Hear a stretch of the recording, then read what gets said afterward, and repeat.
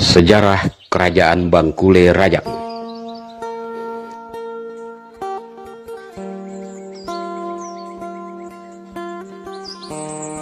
Dalam literatur kuno, Bangkule Rajang disebut Bakulapura, yang artinya negara di Tanjung. Menurut buku Nagara Kretagama karangan Empu Tantular, Bakulapura ditaklukkan Singasari pada masa Raja Kertanegara dan menjadi salah satu provinsi Singasari di luar Jawa. Bakulapura didirikan pada tahun 1220 oleh Ramaga, putra Nyiur Gading dengan Balo Tanang dari negeri Bawang. Ramaga pernah tersingkirkan oleh pemberontakan Sule Sampayangan Bakuning Bayar, seorang pemimpin dari negeri Perak atau Selangor, serta Urenya Bukung Bakute Alo, seorang pemimpin besar dari negeri Saribas. Namun pemberontakan itu berhasil dipadamkan oleh Udana, putra Domong Karohok dan Dayak Dinar. Atas jasanya itu, Udana kemudian diangkat sebagai panglima kerajaan oleh raja. Wafatnya Nek Ramaga pada tahun 1290, ia digantikan oleh putranya yang bernama Batang. Ramaga kemudian dibuatkan pantak oleh Nek Ragen atas pengajaran dari Bujak Nyado, sepupunya dari negeri Bawak. Batang kemudian menjadi raja baru dengan gelar Patih, sebagaimana raja-raja di Majapahit. Ia berkuasa pada tahun 1290 sampai 1340 Masehi. Pada masa pemerintahannya, Bangkule Rajang mengalami era kejayaan. Bahkan dalam lawatannya ke Thailand, Patih Gajah Mada dari Majapahit singgah ke istana Bangkule Rajang dan menemui raja ini di istananya. Patih Gajah Mada gemetaran ketika bertemu dengan raja yang kulit tubuhnya berbulu lebat berwarna merah ini, nyaris seperti seorang raksasa. Patih Gajah Mada kemudian meminta kesediaan Patih Batang sebagai sekutu Majapahit untuk membendung kekuatan kerajaan Mongol di Laut Cina Selatan dan Semenanjung Malaka. Oleh rakyat, raja kemudian digelari Patih Gumantar, yang artinya raja yang membuat orang gemetaran ketika bertemu dengan dirinya. Raja ini wafat pada tahun 1340 Masehi pada saat terjadinya pemberontakan Eko Ganggerek dan Manuk Sabung, putra Urenya Bukung Bakute Alo. Pengganti Patih Gajah Gumantar adalah Janak, putra tertuanya. Pada masa pemerintahan Patih Janak, ia membangun 3 pusat pelatihan prajurit Bangkule Rajang, yakni di Bukit Ragu, Motot Tangang, dan Garu. Namun raja ini tewas dalam sebuah peperangan di Pulau Jambu. Sekarang pulau ini dikenal dengan Pulau Tayan, Kabupaten Sanggau, dengan prajurit kerajaan Majapahit.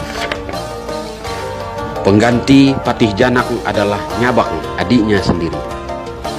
Nyabak membangun aliansi baru dengan negeri Uruai, yang sekarang disebut Kabupaten Ketapang, dan Nyabak kemudian melanjutkan peperangan dengan Majapahit. Namun ia dikalahkan pasukan kerajaan Landak, sekutu Majapahit di hulu sungai Landak. Pengganti Patih Nyabang adalah Satingi Nyauk. Ia memindahkan ibu kota kerajaan dari Gaung ke Bukit Kanak, yang sekarang disebut Sebukit Rama di Mempawah.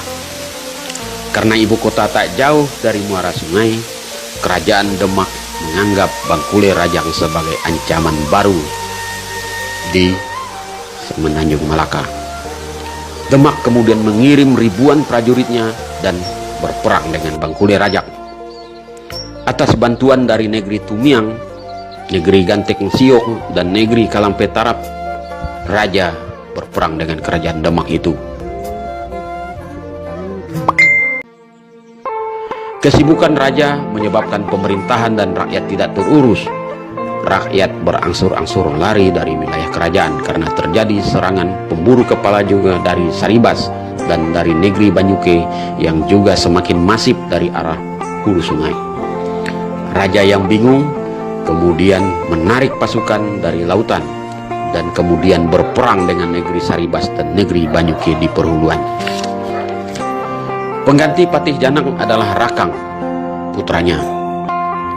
Patih Rakang seorang raja yang lalim dan kejam dengan keluarga istana. Hal ini dipengaruhi oleh rasa malu raja atas keadaan anak-anaknya yang terlahir cacat, seperti Kudung, seorang bayi lelaki yang tidak memiliki kaki dan tangan serta gigi tunggal seperti gigi labi-labi.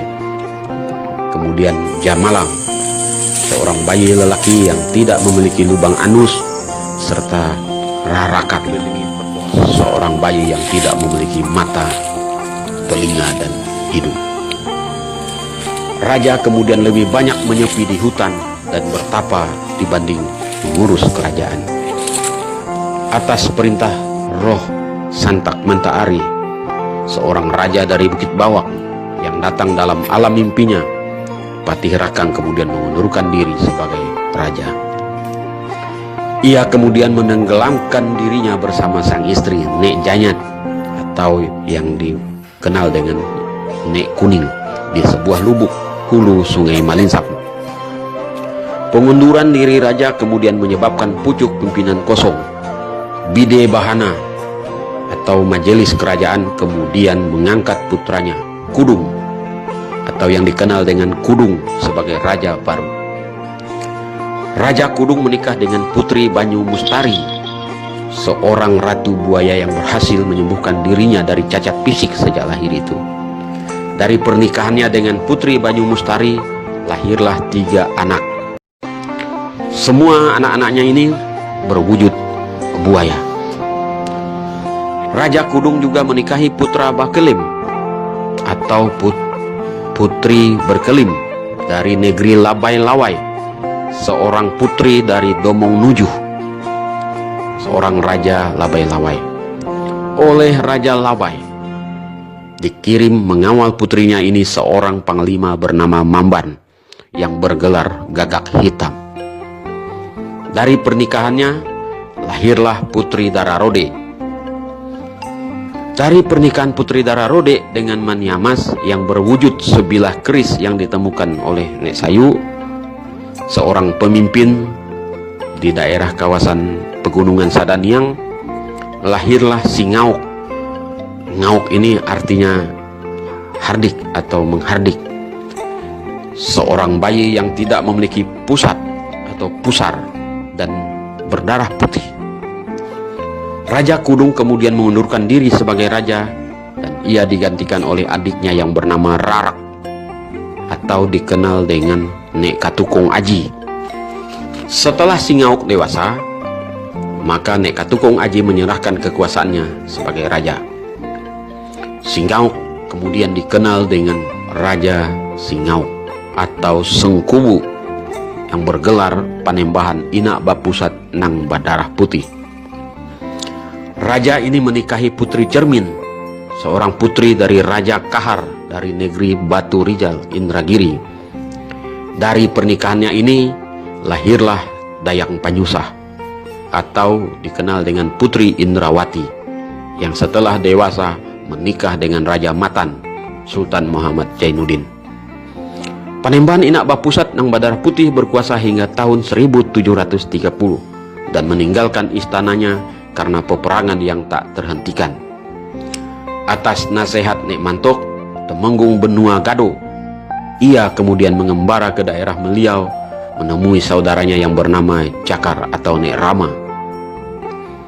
Di tempat baru itu, ia kemudian menikah lagi dengan gadis setempat yang bernama Indang, atau kemudian lebih dikenal dengan Nek Bindang hingga kematiannya. Sejak Panembahan Inak Bapusat Nang Badarah Putih meninggalkan istana di Pinang Sakayu, maka oleh cucunya Opu Daeng Menambun yang kemudian mengangkat dirinya menjadi raja yang bergelar Pangeran Mas Surya Negara, kemudian memindahkan pusat kerajaan ke Sebukit Rama, atau yang sekarang ini dikenal dengan Sebukit Rama, hingga hari ini. Ini gua Pak Grimung. Ini situasinya itu asli Kerajaan Mempawah pada era Panembahan Inaba Pusat. Di tempat ini, kalau menurut ceritanya, Raja Panembahan menyimpan harta karun kerajaan. Terima kasih atas kesempatan malam hari ini yang sangat luar biasa. Adil Katalino, Kacuramin, Kak Saruga, Basengat, Kak Jubata.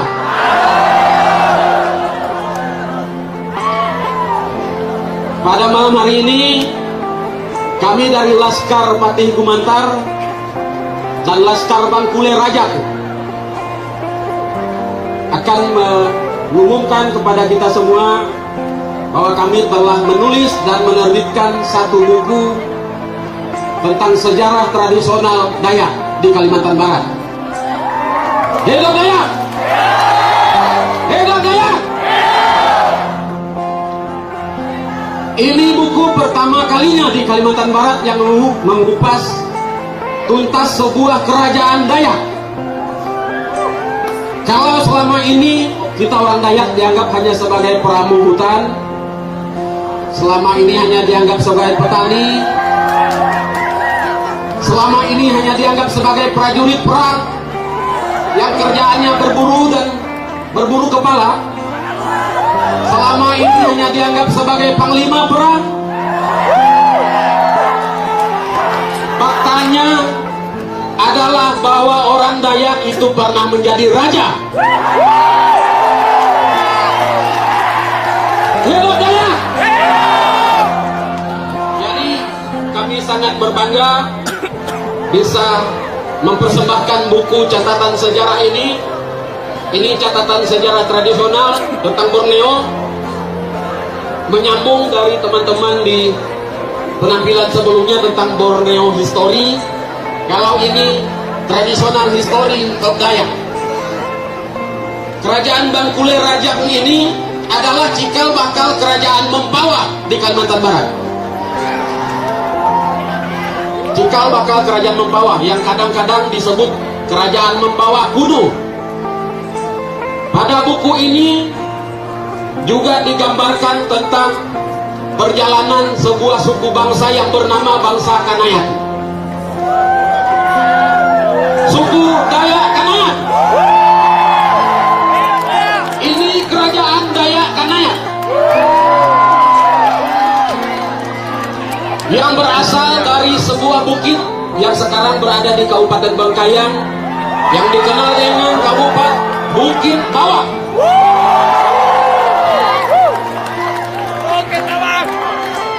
Semua situs raja-raja dan keluarganya, termasuk peninggalannya, termasuk pengaruhnya, ada di buku ini. Jadi itulah sebabnya pada kesempatan Pekan Gawai Dayak yang ke-33 ini kami mempersembahkan buku ini, dan kami ikut berpartisipasi dalam display budaya Dayak untuk pertama kalinya dan memperkenalkan kostum Bangkule Raja. Pertama-tama, sebelum kami lanjut, kami mengucapkan banyak terima kasih kepada teman-teman dari Pasukan Merah Bangkule Raja.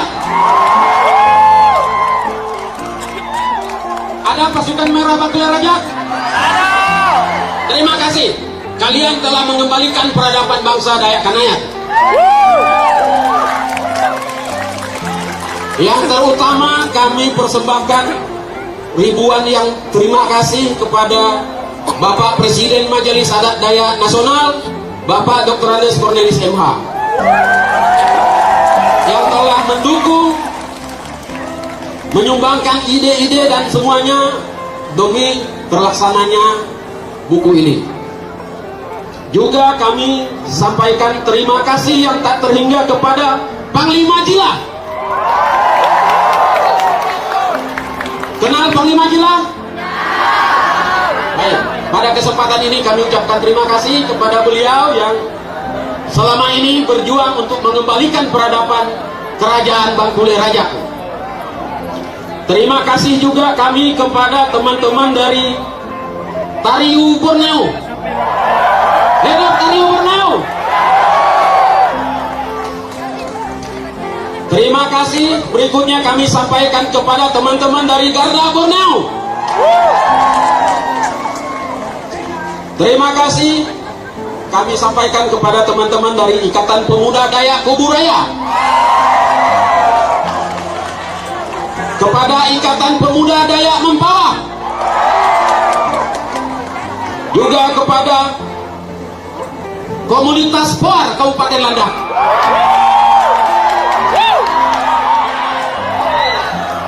juga teman-teman dari Gerakan Aksi Nyata Kalimantan Barat.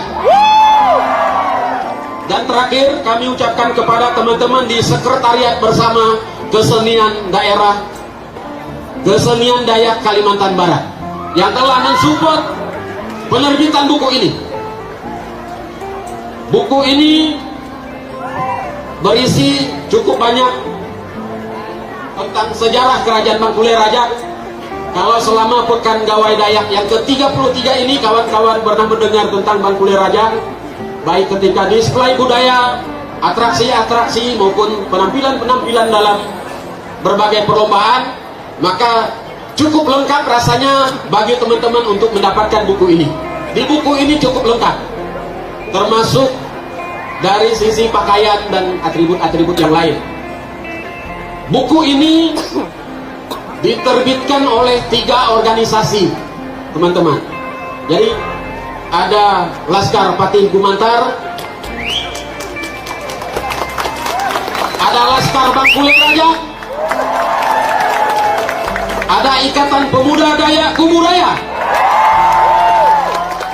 dan yang terakhir kepada DPP Garda Borneo Kalimantan Barat. Jadi kami ingin menyampaikan kepada teman-teman bahwa Laskar yang bertugas kepada pengamanan Pekan Gawai Dayak ini bukan sekedar laskar, tapi kami ingin menunjukkan bahwa laskar juga bisa menulis. Orang Dayak harus belajar menulis. Oleh karena itu kami mengucapkan banyak sekali terima kasih kepada teman-teman dari Lembaga Literasi Dayak di Jakarta yang menerbitkan buku ini. Buku ini bisa teman-teman dapatkan di stand Ikatan Pemuda Dayak Kubu Raya di area Pekan Gawai Dayak ini, dan di stand Garda Borneo. Silakan nanti teman-teman kunjungi di sana untuk mendapatkan buku ini. Harganya mahal. Harganya mahal. Karena kenapa mahal? Sejarah Kerajaan Bangkulai Raja ini sudah tenggelam hampir 500 tahun, teman-teman. Hampir 500 tahun tenggelam kerajaan ini. Sementara peninggalan-peninggalannya dan pengaruhnya masih dapat kita temui sampai hari ini. Oleh karena itu, kami patut berbangga pada malam hari ini bisa mempersembahkan buku ini, dan kepada teman-teman yang mendukung upaya-upaya dalam mengembalikan peradaban bangsa Dayak Kanayak di Kalimantan Barat. Baik, teman-teman, kami ingin menjelaskan tentang kain yang kami pakai.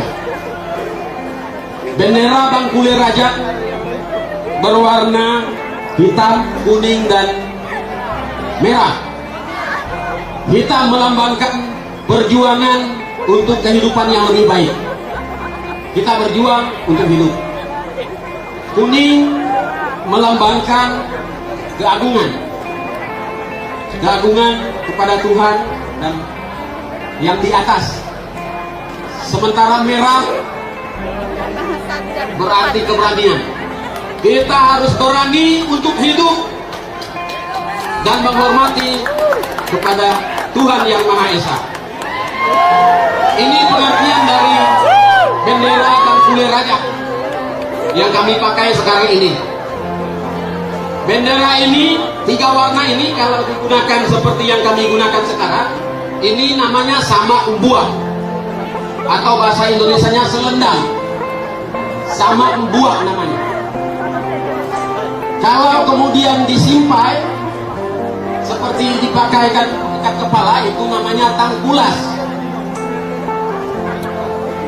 Nah, jadi ada pembagian-pembagian atribut seperti penggunaan kain merah misalnya untuk kegiatan apa, kain kuning untuk kegiatan apa, kain hitam untuk kegiatan apa. Jadi warna seperti warna kuning adalah bukan milik kelompok tertentu. Demikian juga merah, demikian juga yang hitam. Merah, kuning, hitam itu simbol Bangkule Raja.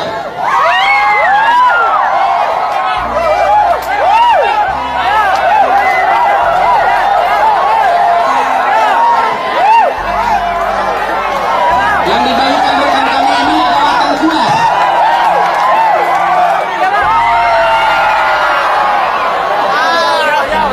Baik, jadi bagi teman-teman, rekan-rekan kami, kaum muda Dayak di Kalimantan Barat yang ingin mengetahui, yang ingin mendalami tentang sejarah nenek moyang, sejarah bahasa-bahasa, karena bahasa Dayak Kanayat itu bukan hanya bahasa Bahe, ada bahasa Bakati, ada bahasa Badamea, ada bahasa Bidayu, ada bahasa Banana dan sebagainya. Semua terurai di dalam buku ini.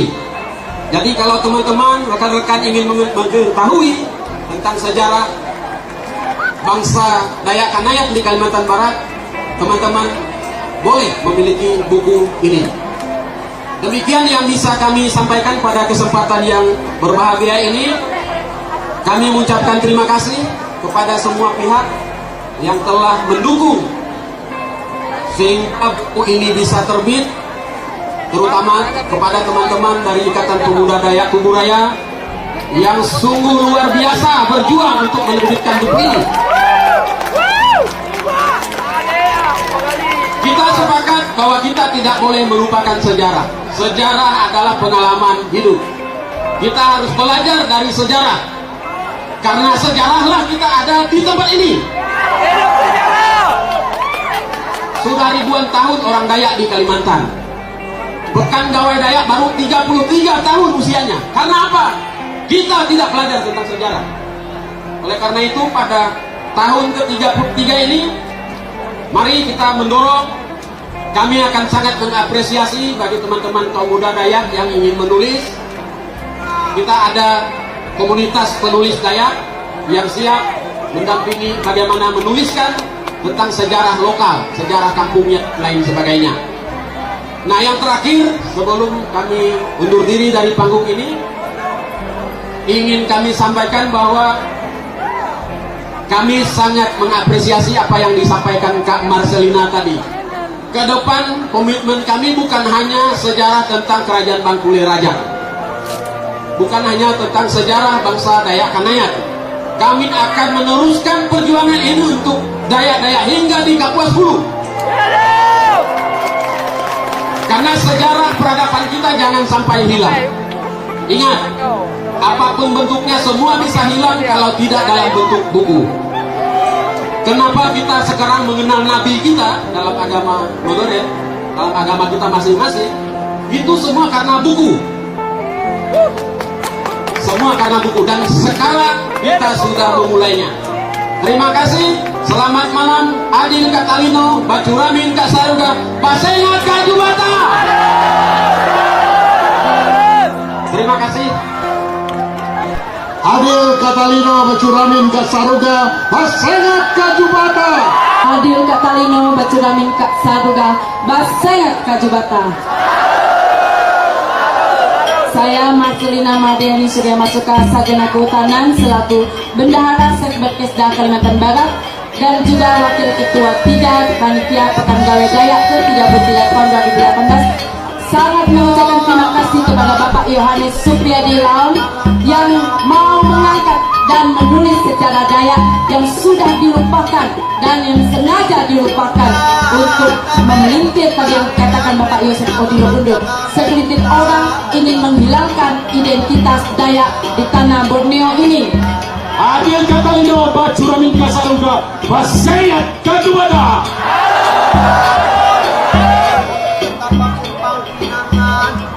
Saya perkenalkan nama, belum bisa memulai. Nama saya David Undun, Ketua DPP Garda Borneo. Adil Katano